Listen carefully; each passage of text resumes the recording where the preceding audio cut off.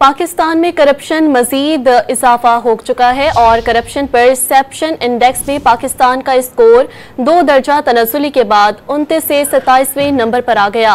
Corruption की ranking करने वाले इदारे ट्रांसपेरेंसी इंटरनेशनल ने सालाना रिपोर्ट जारी कर दी। आलमी इदारे ने डेनमार्क को करप्शन से पाक मुल्क करार दे दिया।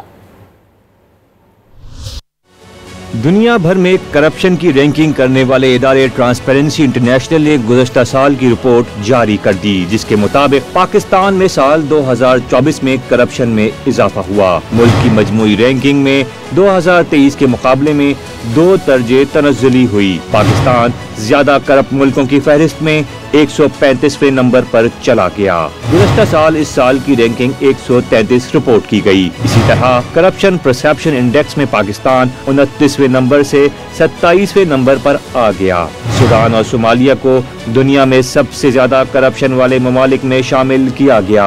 दोनों ममालिक का CPI स्कोर 8 और 9 रहा। ट्रांसपेरेंसी इंटरनेशनल की रिपोर्ट में करप्शन परसेप्शन इंडेक्स में तनज़्ज़ुली करप्शन में इजाफे की निशानदही करता है, जबकि करप्शन परसेप्शन इंडेक्स में 100 स्कोर करने वाले मुल्क को करप्शन से पाक तस्वुर किया जाता है। आलमी इदारे ने डेनमार्क को करप्शन से पाक मुल्क करार दे दिया, जिसका CPI स्कोर 90 रहा। करप्शन से पाक मुल्कों में फिनलैंड का दूसरा और सिंगापुर का तीसरा नंबर रहा।